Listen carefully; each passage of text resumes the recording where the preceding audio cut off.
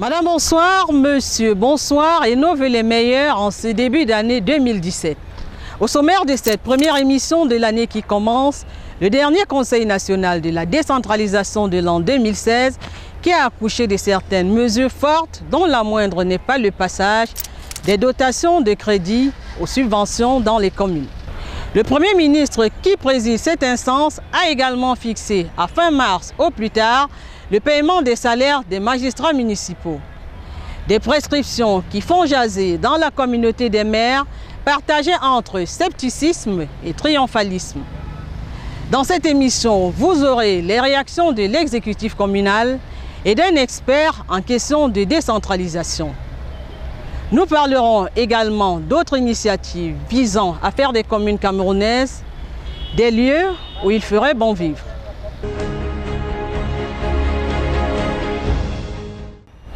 Avec le processus de décentralisation, les collectivités territoriales sont appelées à devenir des pôles de développement. De ce fait, elles doivent s'employer à transformer les richesses locales à partir des ressources humaines de qualité. Pour les accompagner dans cette démarche, le ministère de l'Habitat et du Développement urbain, celui de l'Emploi et de la formation professionnelle et le Programme national de formation aux métiers de la ville se sont mis ensemble. Plus de détails avec Marine Goubet. Excellences, mesdames et messieurs. Le 29 décembre 2016, le ministère du Développement urbain et de l'Habitat et celui de l'Emploi et de la formation professionnelle signent un accord cadre de partenariat relatif au renforcement des capacités des acteurs locaux pour la promotion de l'emploi à travers le Programme national de formation aux métiers de la ville. Ce centre de formation participe à la décentralisation. Et les communes et villes unies du Cameroun profitent de cette instance pour pouvoir former, n'est-ce pas, leurs cadres. Et à ce titre, il faut former au métier de la ville, au métier qui apporte un plus dans le développement urbain. Le ministère de l'Emploi et de la formation professionnelle, dont les principales missions sont la formation professionnelle et la promotion de l'emploi, doit, dans le cadre de ce partenariat, élaborer des programmes en concertation avec les maires qui doivent décliner le type de ressources dont ils ont besoin. Le coordonnateur du programme est le ministère de la Ville. Pour accéder à un emploi décent, il faut être bien formé. Et nous sommes heureux de pouvoir traiter avec le projet dédié au métier de la ville parce que c'est déjà un secteur très important et il faudrait donc, pour appuyer la décentralisation, avoir des ressources humaines capables de mener des activités permettant donc à nos communes de bien mener leurs activités. Les politiques nationales, notamment le document de stratégie pour la croissance et l'emploi, déterminent les collectivités territoriales décentralisées comme des pôles de développement. Elles doivent de ce fait prendre à bras le corps la problématique de l'emploi et donc adapter les politiques nationales au niveau local et trouver des outils et des stratégies qui permettent non seulement de lutter contre le chômage, mais aussi de promouvoir l'emploi. Nous allons mettre en place des stratégies, des plans de formation qui permettront aux communes, qui permettront au personnel communal, qui permettront aux maires de mettre en valeur les ressources locales, les potentialités locales. Toutes les communes ne sont pas logées à la même enseigne. Il y a des communes qui ont un potentiel touristique, il y a des communes qui ont un potentiel agropastoral, il y a des communes qui ont un potentiel, forestier, ou alors pour être dans un doux euphémisme, dire environnemental. Il va falloir que ces communes-là sachent mettre en œuvre ce potentiel-là. Et nous ne pouvons le faire que si nous avons des personnes qui sont bien formées, qui savent comment on met en place des stratégies visant à promouvoir l'emploi à partir des richesses locales et surtout à créer cet emploi-là. L'accord de partenariat, selon le MINEFOP, permet également de promouvoir le recours aux activités à haute intensité de main-d'œuvre.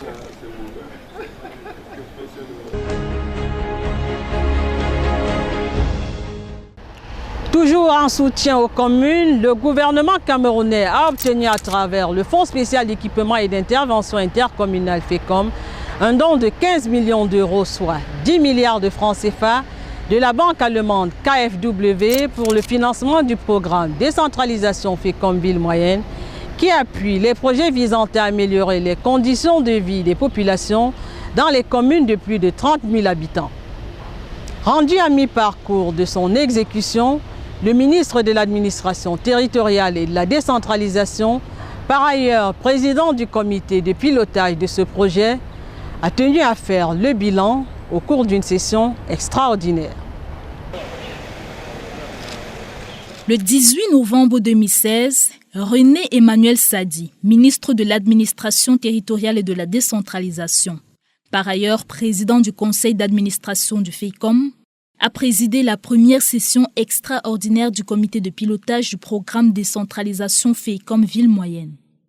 Il s'agit d'un programme financé par la coopération allemande à travers le KfW à hauteur de 10 milliards de francs CFA et dont le but est d'améliorer de manière significative les conditions de vie des populations dans les domaines de l'eau, de la santé, de l'éducation, des infrastructures marchandes et de la gouvernance communale. Le programme qui concerne 12 communes de plus de 30 000 habitants a été lancé en avril 2014 et devrait s'achever en décembre 2019.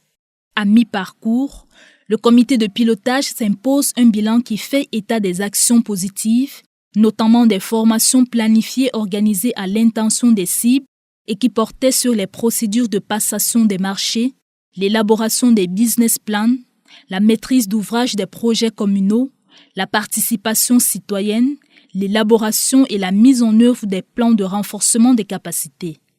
Toutefois, de nombreux points de faiblesse ont également été relevés. Il y a un certain nombre de choses qui ont été faites, mais c'est vrai que ce qui a été fait demeure sensiblement en deçà de ce que nous aurions souhaité, du fait d'un certain nombre de lourdeurs administratives, blocages, donc dû soit aux procédures qui sont généralement nécessaires, mais dû aussi peut-être à l'implication peu efficiente et efficace des communes elles-mêmes. Pour le moment, nous sommes satisfaits de l'évolution à mi-parcours, mais nous estimons que ce n'est pas suffisant pour que nous puissions avoir les résultats escomptés dans des délais relativement proches. Je crois que les blocages ont été plus ou moins évoqués, c'est la lenteur des procédures, c'est la lourdeur de la mise en œuvre du système de passation de marché, c'est les cabinets qui sont pas suffisamment au parfum de ce qui se passe, dont une expertise pas toujours avérée. Et aussi, si vous voulez, certaines communes qui ne sont pas toujours aptes à s'engager définitivement dans l'évolution et la mise en œuvre de ces projets. En ce qui concerne les communes, les fonds de contrepartie attendus des magistrats municipaux ne sont pas versés. Les fonds de contrepartie seront réglés avec le FECOM, avec le concours du FECOM. Nous savons très bien que pour des projets de ce genre qui sont des projets très importants et que les populations attendent, nous pouvons faire recours au FECOM pour les fonds de contrepartie. Ce n'est pas là le problème aujourd'hui. Le problème est encore au niveau même des études de faisabilité qui ne sont pas faites. Alors, ce qui a fait problème jusque-là, c'est qu'on n'a pas encore vu le projet commencer réellement. C'est un peu cela. Il faut que les choses commencent pour qu'on commence aussi à mobiliser notre contrepartie. La réussite de la phase pilote du programme FECOM Ville Moyenne devrait permettre de l'étendre à un plus grand nombre de communes.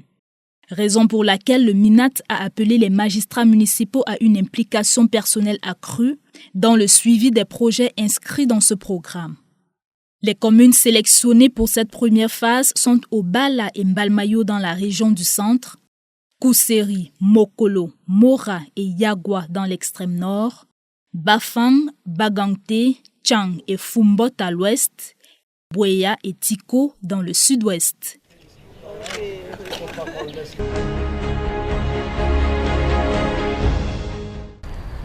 Le Conseil national de la décentralisation a tenu sa dernière session de l'année 2016 le 28 décembre à l'immeuble Étoile.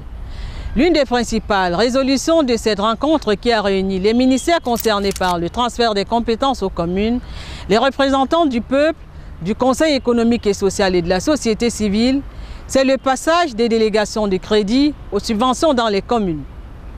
Autrement dit, l'argent dédié au financement des projets communaux sera désormais directement viré dans les comptes des communes et non plus donné sous forme de carton comme c'était le cas jusque-là.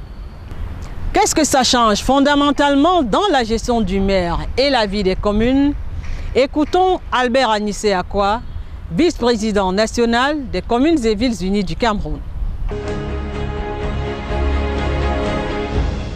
Ce que ça change fondamentalement, c'est que cette fois-ci, on travaille au rythme de la collectivité.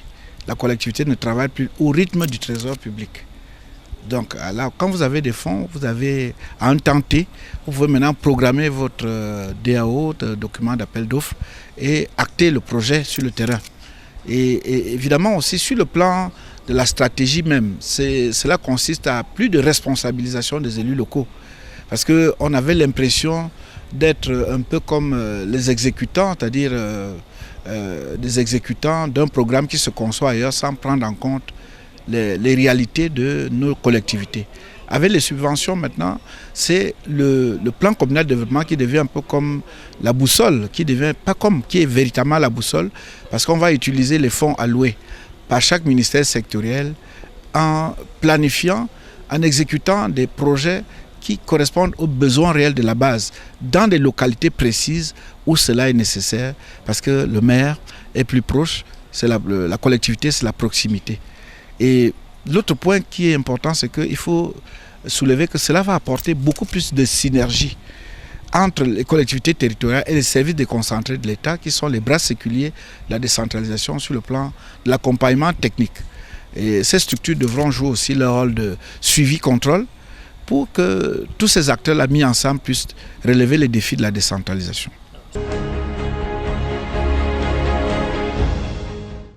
Nous continuons de commenter les résolutions du dernier Conseil national de la décentralisation avec notre invité Jano Milanfou, qui est un expert en question de décentralisation et de développement local.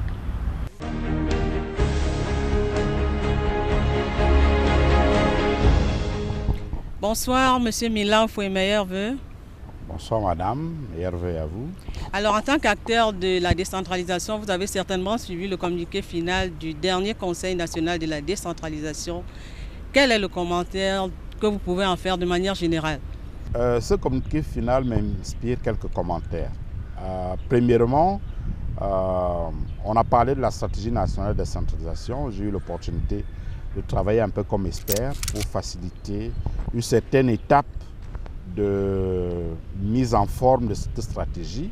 On ne peut qu'espérer que cela aboutisse, parce que jusqu'à présent, on n'avait vraiment pas comme une boussole, comme dans les autres secteurs, une stratégie nationale. Donc je crois que c'est quelque chose qu'on espère, qu'on attend vivement, que ça ne subisse pas, j'allais dire, la lourdeur, l'inertie. La lourdeur, la bureaucratie, je préfère dire comme ça.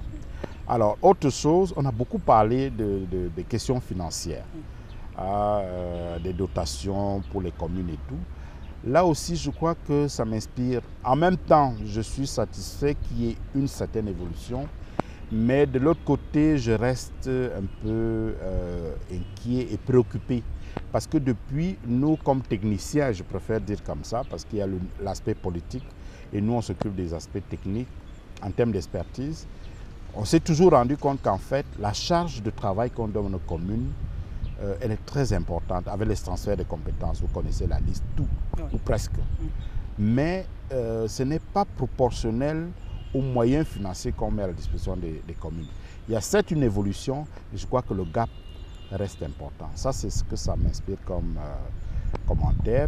Alors, j'ai aussi vu quelque chose de très important, parce que quand on parle de transfert de compétences, il n'y a pas que les ressources financières qui doivent accompagner. Il y a les ressources humaines. Là, j'ai vu dans le communiqué qu'il a été demandé au ministre de la décentralisation, pendant un délai, je crois, d'1 mois, de proposer des modèles de convention pour que les communes puissent utiliser le personnel de l'État. C'est une avancée, mais je crois qu'il faut aller plus loin. Parce que... Qu'est-ce qu'on devrait faire? Peut-être qu'on va finalement y aller résolution ou étape par étape. Pour nous, on a un problème. On a un problème parce qu'on pense que la commune est une structure publique. Parce que quand on va dans les conventions, on va encore rentrer dans la bureaucratie. Ça veut dire, je veux du personnel, je dois m'adresser, on doit signer une convention. Or, on pourrait arriver simplement à dire qu'on affecte. Un peu comme on affecte dans les délégations d'arrondissement, de départements et autres. On dit si une commune, si on dit on veut infecter des ingénieurs, que le ministère des Travaux publics, quand ils affectent les ingénieurs, sache qu'il y a non seulement les délégations, les régions, qu'on affecte directement. Parce que la logique des conventions, ça fait qu'on va encore ajouter de la paperasse, on va ajouter les négociations, on va encore prendre du temps avec tout ce que cela comporte. Surtout que tout ce monde est payé par l'État. Et on pense que si le travail qui était fait par ce personnel-là a changé, j'allais dire, de niveau d'exécution et qui se trouve dans les communes, on pense ça devrait être des affectations, des mises à disposition. On a un peu peur de chaque fois qu'on doit formaliser, on doit mettre des procédures, on doit mettre des nouveaux textes, que ça prenne du temps, que ça traîne, ainsi de suite. Donc, c'est bon qu'on y arrive parce que jusqu'à présent, je ne vous cache pas, il y avait des maires pour utiliser les compétences de l'État, étaient obligés de les motiver, de les payer. Et ça reste tout entier d'ailleurs. Alors dans vos commentaires, vous n'avez peut-être pas souligné la rémunération des maires qu'ils attendent depuis l'annonce du chef de l'État, le décret du chef de l'État de septembre 2015. Et là, on parle de fin premier trimestre 2017. Oui. Beaucoup sont sceptiques. En fait, je n'aimerais pas être à la place des maires. Je crois que lors d'une de nos émissions, on en avait parlé. Et je disais, c'était vraiment un peu pénible pour avoir côtoyé beaucoup de maires, en travaillant avec eux, au-delà de ce qu'on peut croire, ils gèrent beaucoup de misère. Surtout quand on est dans une commune pauvre. Or, la majorité, c'est des communes pauvres. Toutes les communes ne sont pas celles d'arrondissement de Yaoundé, de Douala, ou alors des zones où il y a plus d'impôts, de taxes, etc. Donc, je crois que c'est un peu triste de se rendre compte pour une question aussi importante, aussi vitale, que la motivation des maires, que ça prenne autant de temps. Je ne suis pas dans le secret de Dieu pour savoir comment on analyse ces dossiers, mais l'observation que je fais comme quelqu'un qui travaille sur ces questions, quelqu'un qui a l'habitude de gérer des ressources humaines, on peut dire, faire travailler des gens sans rémunération et que ça prenne encore autant de temps, même après qu'il y ait eu un texte, on ne peut que le déplorer. Alors qu'est-ce qui coince? Qu'est-ce que vous pensez comme certains qu'il y en a au sein du gouvernement, au sein, je ne sais pas moi, des structures qui freinent expressément de quatre fers la rémunération des maires, le processus de décentralisation, vraiment exprès malgré un décret du chef de l'État? Alors, je ne peux faire qu'un commentaire parce que j'ai vu là qu'on est en train d'étudier les dossiers. Ils sont à, il me semble, 781 dossiers sur 1305.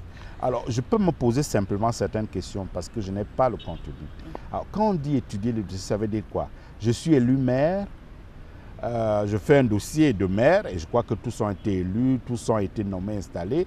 Alors, quand on dit qu'on étudie le dossier, qu'est-ce que ça veut dire concrètement? Ça, je suis curieux. On dit quoi? Est-ce qu'il y a des maires en poste dont on va étudier les dossiers et après ils n'auront pas droit à leur rémunération? Peut-être parce qu'ils sont à la fois maires et qu'ils occupent à la fois certaines fonctions et qu'il faudrait choisir.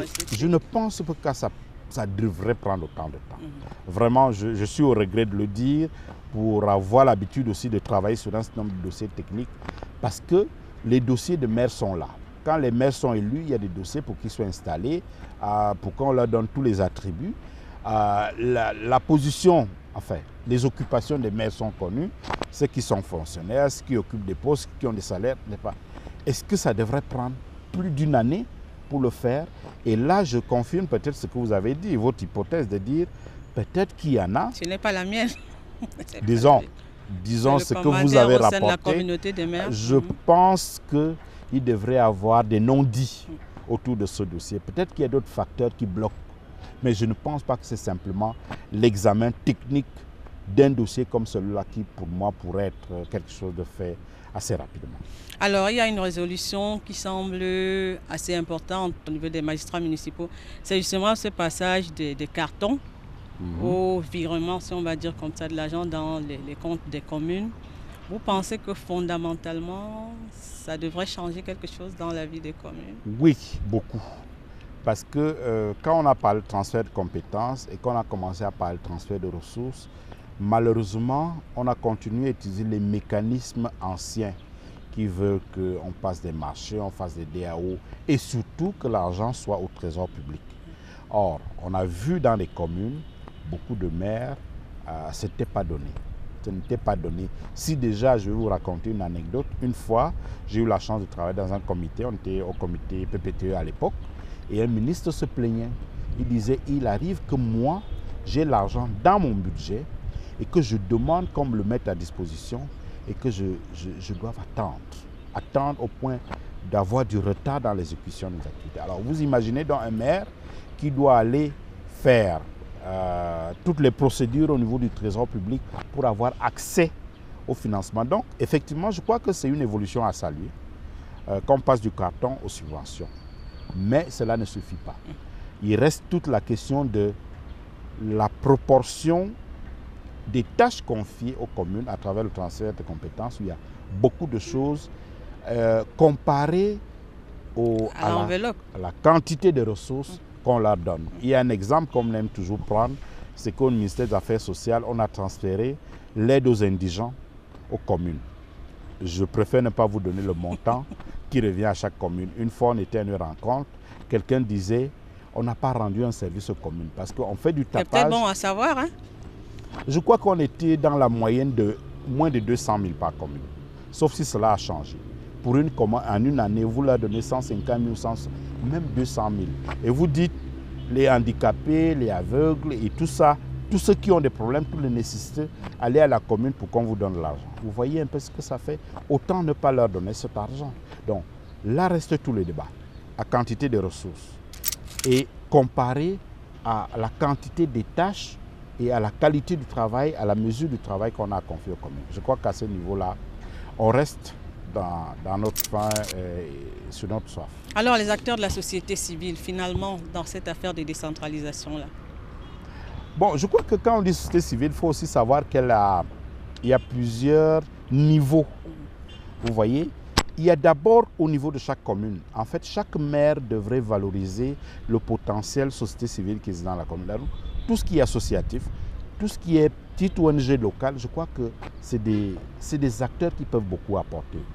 C'est dommage parce que dans beaucoup de communes, il n'existe pas de cadre, de plateforme de concertation pour que l'exécutif municipal valorise et appuie. C'est vrai qu'il y a aussi des brebis galeuses au niveau de la société civile, mais à ce niveau-là, il y a un premier travail qui devrait se faire. Il faudrait qu'il y ait plus de collaboration, plus d'utilisation, de valorisation du potentiel des ONG locales, des associations dans une commune. Ça, c'est le niveau société civile locale. Maintenant, quand on vient au niveau national, je pense que là aussi, il y a deux catégories. Il y a l'expertise qui est au niveau des ONG, d'appui technique. Il y a des ONG, quand on parle de planification, de faire les plans communaux de développement avec le PNDP, c'est essentiellement des ONG qui le font.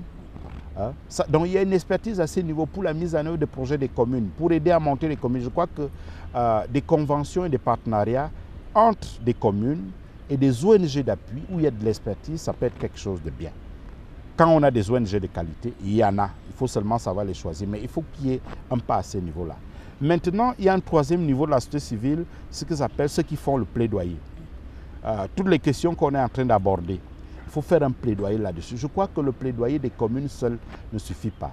Et là, je verrais bien, je rêve de voir un partenariat entre les CVUC et les plateformes des organisations de la société civile.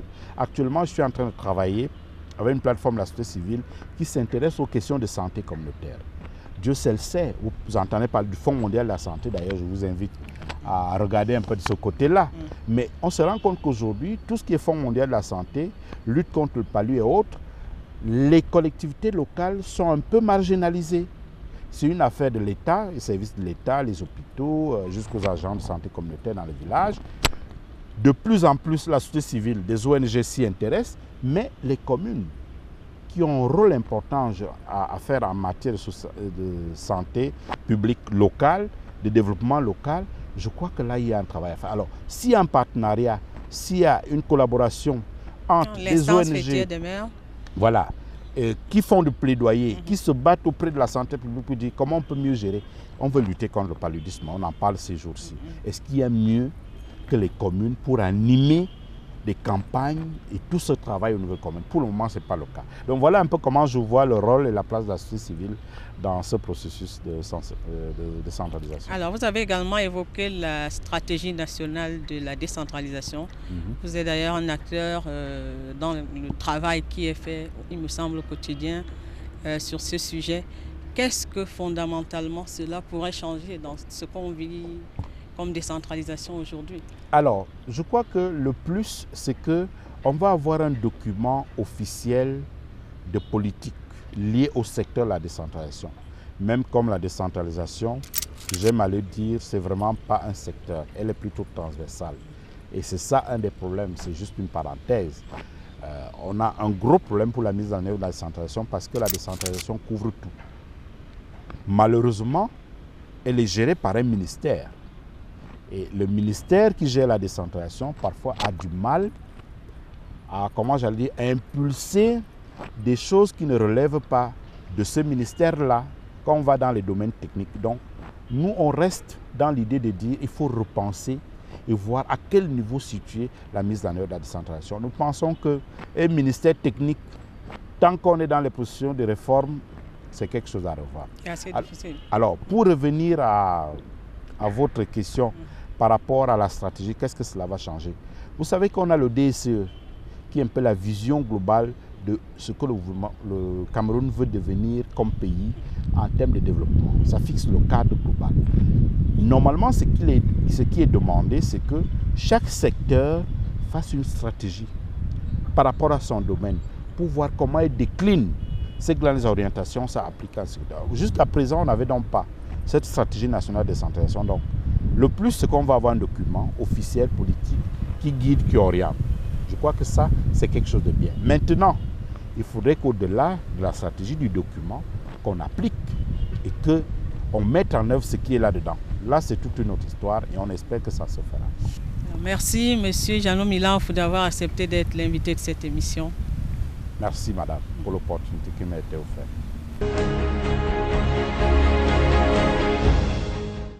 Fin de cette émission de Lumière sur la décentralisation.